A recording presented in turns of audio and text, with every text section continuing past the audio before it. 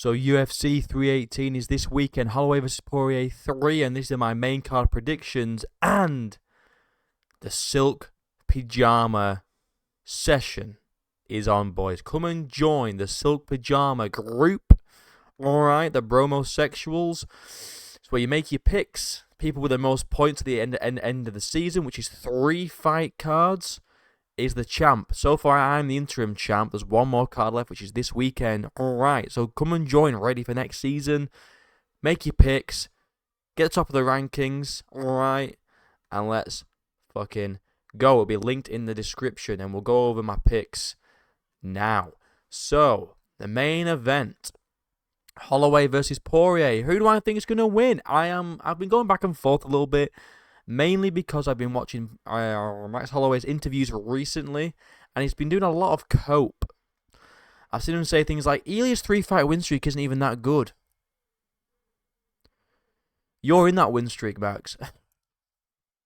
You're in that win streak. How are you discrediting yourself as not that good? I don't understand why this guy's talking like this. Makes me put a little bit of doubt on it. But what I will say is, Porier hasn't had a fight since he lost to Makhachev. And I know Holloway is also coming off a knockout loss to Ilia Porier, which was a pretty rough loss. But he's been more active than Porier. He also knocked out Gaethje at lightweight, schooling him for 5 rounds and then knocking him out in the last second. I think Max is sharper at this stage of both their careers than Porier is. I can see Max Holloway getting a 48-47 decision, 3 rounds to 2 against Dustin Porier. Split decision? Nah. I'm going to go unanimous to Holloway. Right. 48-47. Now, I don't think this is going to be like a one-sided beatdown, obviously, because I just said 3 rounds to 2. But I do think that they're all going to be really close rounds. They're all going to be really close. Max is just going to edge it, you know. Like, it's going to be 2-2 going into the 5th, and it's like, whoever wins this round is going to, you know, they're going to win. Whoever wins this, you need to win this round to win the fight, sort of thing, you know what I mean? And I think Max Holloway at this stage, compared to Porier, I mean, Porier, you know, if you're thinking about retirement, which he obviously is, this is his last fight, is the hunger still there? Max still wants to fight for titles. You know, if he loses to Dustin Porier and Porier retires, where does Max go from there? If Max Holloway beats Porier, he can say, right, well, I beat him Porier, solid guy.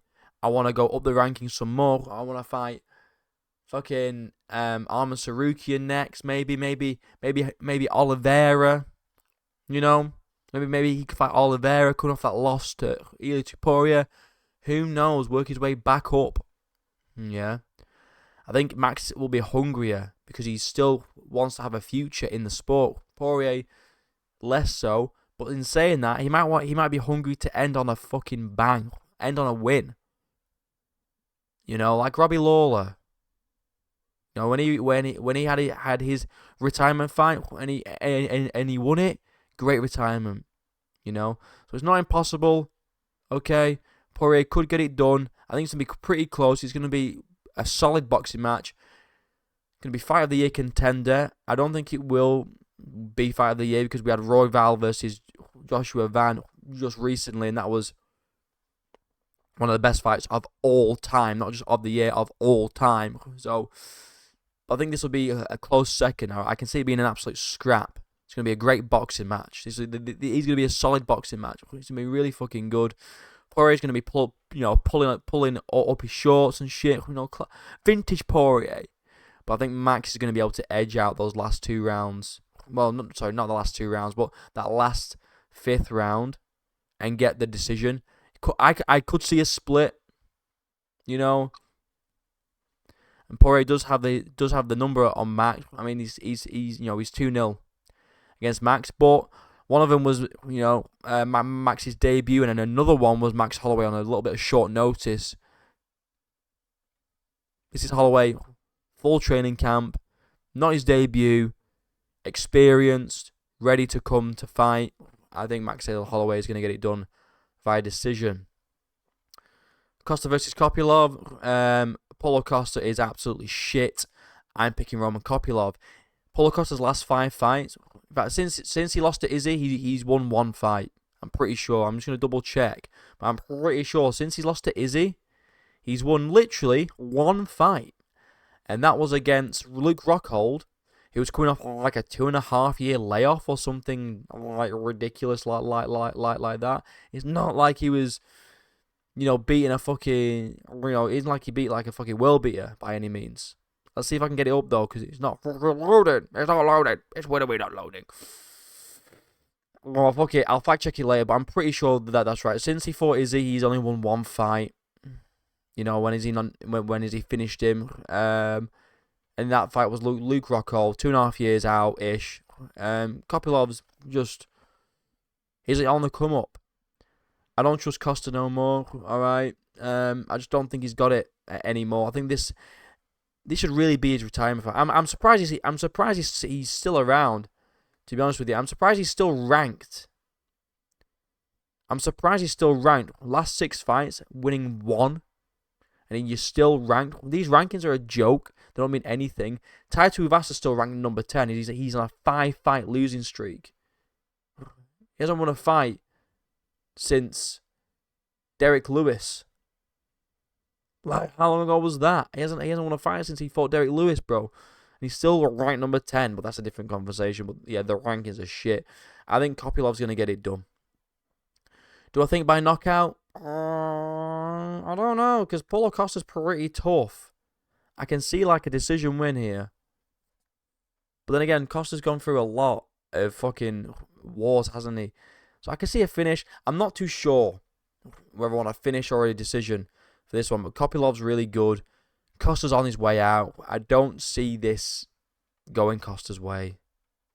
I really don't. Unless this is like a, Paulo Costa of old, coming back, to fight the new up-and-comer guy, But nah. I ain't trusting Paulo Costa with anything anymore, alright? Kopilov's going to get this shit done. Holland versus Rodriguez. I think Kevin Holland's going to win. And I think he might finish him. However, if we look, Kevin Holland's ranked. Kevin Holland is ranked now. So it's not entirely impossible that Kevin Holland throws this fight on purpose. Because remember, he doesn't want to be ranked, guys. He doesn't like the fame that it comes with. And if you're because he is newly ranked, he's just got ranked, why are you already fighting down the rankings? Why are you taking unranked guys as your first opponent being newly ranked? Surely you want to fight up. I guess he doesn't want to move up the rankings because that comes with too much fame and pressure. Apparently so. But yeah, I think it's Daniel Rodriguez. I think Kevin Holland. I mean, look at this reach advantage, bro. 7 inches. 7 inches is massive. All right. And I think he's going to put that to good use. I can see him just catching I can see him catching Rodriguez as Rodriguez is coming in. Catching with like a check hook or something like that, or like a slip back counter punch, like countering him and then just knocking him down and just giving him some ground and pound. I can see that happening. I really can. Not really much else to say about this fight. If Kevin Holland comes in on top form, like he can do, because when he is on top form, he's really fucking good. He's really good. Really good. And I'm glad that he's stuck at welterweight instead of going up to middleweight and going up and down, up and down. He seems to, because obviously he was at welterweight in his last fight against Vicente Luque. And he said, I'll fight at 185 next. And I'm glad that he hasn't done that. He should stay at this weight class because he's a tall motherfucker for the weight class. He's long and rangy. Stay at this weight class, Kev, and really try. And you might get in the top 10.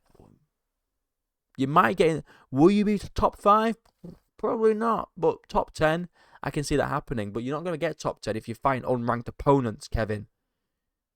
But then again, he doesn't want to be ranked. So, Kevin by knockout. And then we got Danny Ige versus Pitbull. I got Dan Ige via decision, 30-27, easy, because Pitbull's fucking garbage. I made a whole rant about Patricio Pitbull and all the Bellator guys after I watched Patchy Mix get absolutely pieced up by Mario Batista. Embarrassing performance by Patchy Mix. Pitbull's the same. He's just shit, innit?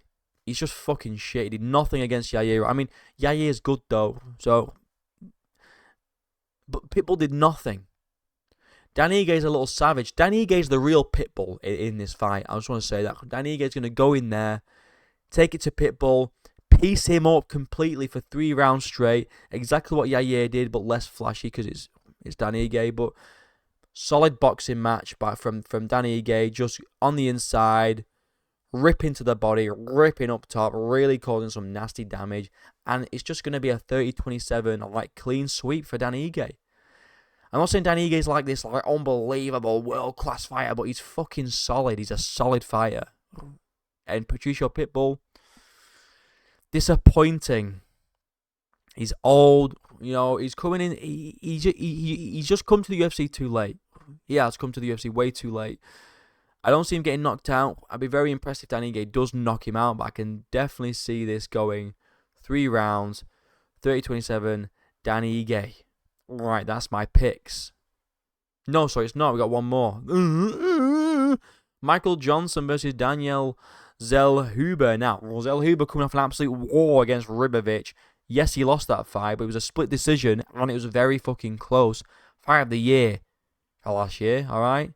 That shit was unbelievable. It was amazing. Really great fight. I just feel like Zellhuber's like on the come up, and Michael Johnson's been stuck at the same spot for his whole career. Do you know what I mean? Like, Zellhuber's exciting. He's like I say, coming up. I mean, had some wins before the Ribovic fight. Split decision though. Didn't get dominated by any means. Looked really good in there. I don't think Michael Johnson's going to be able to deal with someone like Zellhuber who pushes that sort of pace and is just relentless. Because Michael Johnson's he's kind of like a Kevin Holland in a way. He's very hit and miss. He'll fight someone really good, like a Porier, and do really well, and then he'll just get flatlined by someone that's fucking garbage. So we don't really know about Michael Johnson, what Michael Johnson is going to turn up on that night. But I'm pretty confident. I'm going to go Zellhuber by like a decision win. Again, 30-27, maybe 29-28, but I'm leaning more towards 30-27. Look at Michael Johnson's record, bro. 24 wins, 19 losses. He's nearly matched his win rate with his loss rate, bro.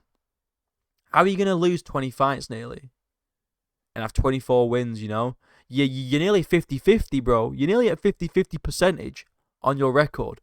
I don't trust him anymore. He's been in the same spot his entire career, all right? He's kind of just... He's a good name to have, but it's like, okay, you beat Michael Johnson. Now let's give you a proper test, I'm picking Zellhuber by decision. I'm just going down some of these other fights. Like, these are some great, great fights. I'm going Oliveira, Brendan Allen. I'm going to go... I don't even know how you say his name. Vertinikov. I'm going this guy... Round 1 KO easy on Robert Valentin. I'm going to go Adam Fugit. I'm going to go Jimmy Crew. I'm going to go... Lucas Brzeski. Ryan Span's a bit fucking naff, innit? No idea with this guy. Bruno I'm going to go this guy because he's Brazilian. And this one, who's the ugliest out of those two women? I'd probably say this Brazilian girl, so I'm going to go with her. There you go. Some full card picks there too. So we can really track how accurate I am with my picks. So far on the past 2 pay-per-views, I've got all the prelims bang on correct. Let's see if I can carry on. I've also put in my points on Silk Pajamas. Alright, I put 300 points on all my main card picks. Alright, hopefully I can get some points back. I'm currently, like I say, in the Bromosexuals League, which you can join, link in the description. I'm currently the top. So hopefully I can be the champion by the end of the season, which is this weekend. There's the league pin. Obviously, there's only 4 members at the moment. I mean, let's all get in here, bro. Get competing. It's literally free. It's just a game with points. There's no money. There's no nothing like that. It's kind of like, it's like gambling, but it's not, because you're not risking any money. You know what I mean? It's really, really fun. I'm doing it for every single fight night pay-per-view. All right. This is the last round, so if you want to get in on it, the start of next season, it's starting at Fight Night Saudi. All right. So get on it for that. Also, this Sunday, I'm going to be doing a special collaboration live stream. It's my first collab. I'm very excited. I'm not going to tell you who it is until the day off, but we are going to be talking about UFC 318. We're going to recap it, and then we're going to be talking about UFC Fight Night Abu Dhabi or Saudi, whichever one it is. All right, whichever one it is, it's the same thing. Because that's next week as well. So stay tuned for that. Like and subscribe. Let me know who you've got. Who are you picking out of Holloway and Porier, and who else have you got for the main card? Please let me know. Like and subscribe. Links down below. Until next time, I'll see you in a bit.